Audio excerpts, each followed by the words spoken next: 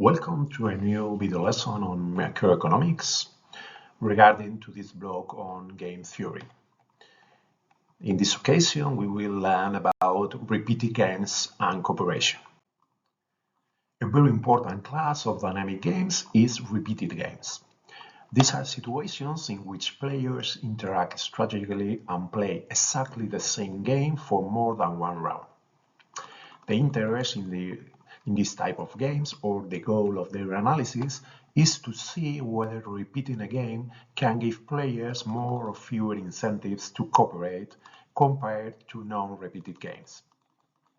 To illustrate their importance, let's first consider the prisoner's dilemma with the following payoff matrix. For example, recall that for both players the strategy not confess is strictly dominated by confess. Therefore, the theory predicts that no player will cooperate, and as a result, each player will receive a payoff of 2. Now suppose the prisoner's dilemma is played more than once, instead of just one round. What could happen then? We will first see what happens if the game is repeated a finite number of times, and later on, we are going to suppose that the game is indefinite. Let's then see what happens in the sample of prisoner's dilemma if this game is played twice. In this case, the game turns into a sequential game in which, in the first stage, each player chooses simultaneously and independently whether to confess or not. In the second stage, after observing what happened in the previous stage with perfect information, each player again chooses simultaneously and independently whether to confess or not. The decision tree for this sequential game is shown in the following diagram taken from the book by Amendola and García Muñoz. The representation includes all the information sets for the game in the second stage, since at the beginning of the stage, the players observe perfectly what has happened in the first decision, which is why there are no information sets in the first stage of the game. The final payoff vectors at the terminal nodes are simply the sum of the payoffs in the two stages.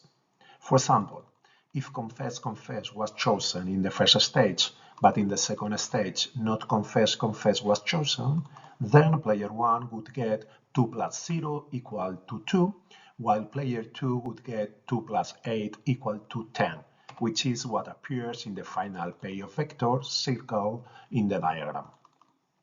You can practice to check the rest of the final payoff vectors in the game shown. As we see, there are 5 subgames in this game.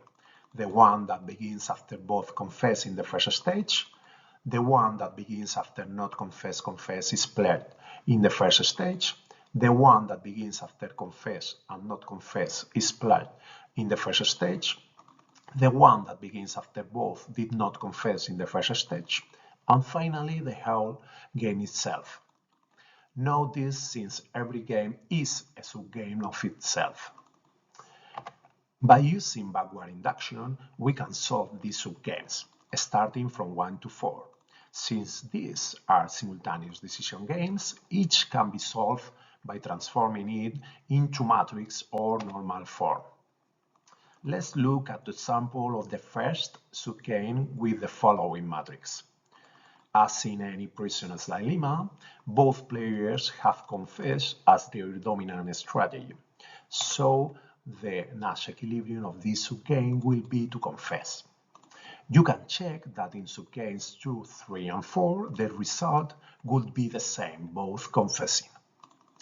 Therefore, each player chooses to confess in the first stage, as explained in earlier videos about the static simultaneous games, and we have now confirmed both will confess again in the second stage, regardless of what happened in the first stage. This is important. Players do not learn from the repetition of previous mistakes, at least not if the repetition is finite. Intuitively, players anticipate that both will confess in the last stage regardless of what happened before. Informally, each player thinks, it doesn't matter what I do today because tomorrow we will all confess.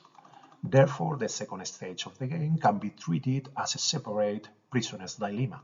So we see that repeating the game at least twice doesn't favor cooperation between the players. But what if it is repeated more than twice?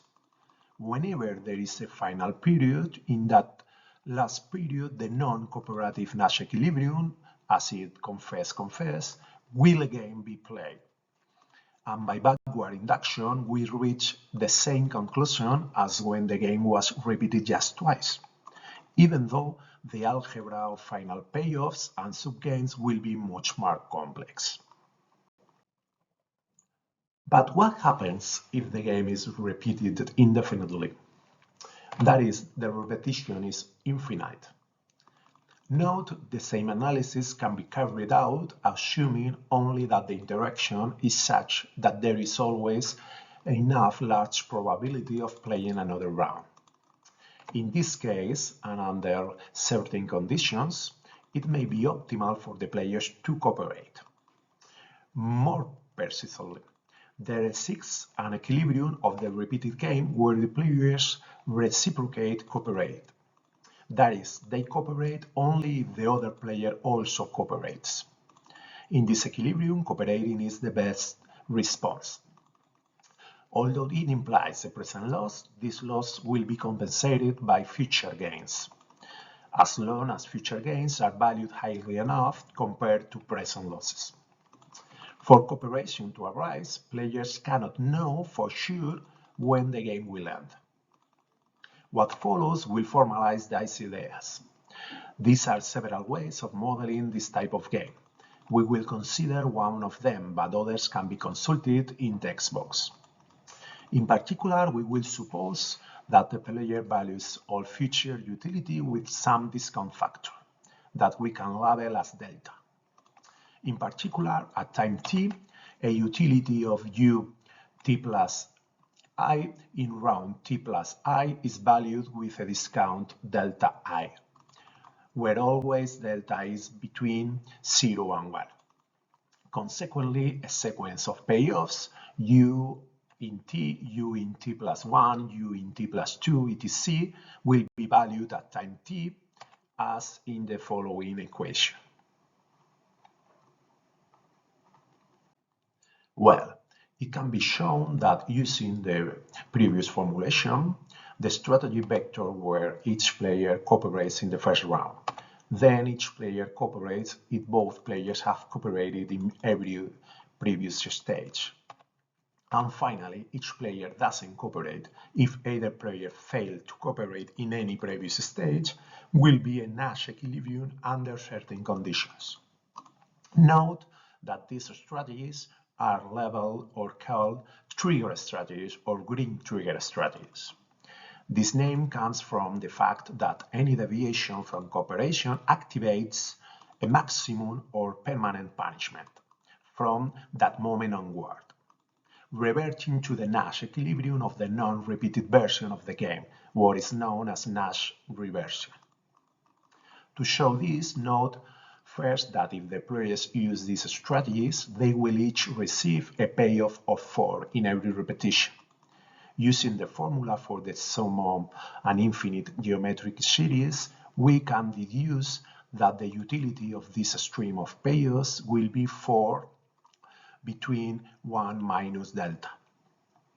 On the other hand, if a player unilaterally deviates from this strategy, for example, does not cooperate in one round, they will get a payoff of 8 in that round and 2 in all subsequent rounds, because following the trigger strategy, the other players will never cooperate again. Comparing both results, we can see in this case that as long as delta will be at least 2/3, cooperation will be the optimal outcome for the indefinitely repeated game. Intuitively, if players attach a relatively high value to future gains, then cooperation can be sustained in repeated games. To achieve this, they start out cooperating and continue cooperating as long as their opponent does. Obviously, this model can be extended or made more complex by considering other types of likely strategies. For example, the punishment could be temporary rather than eternal, and trust could be restored in later periods despite having previously been betrayed. But that will not be the goal of this video lesson. Furthermore, apart from this equilibrium, there are many others. For example, not cooperating in any round. Therefore, the theory does not give a precise prediction. It can be proven that if the game could not be repeated after a certain round, the only equilibrium would be never cooperate. Cooperation at least requires an infinite game horizon.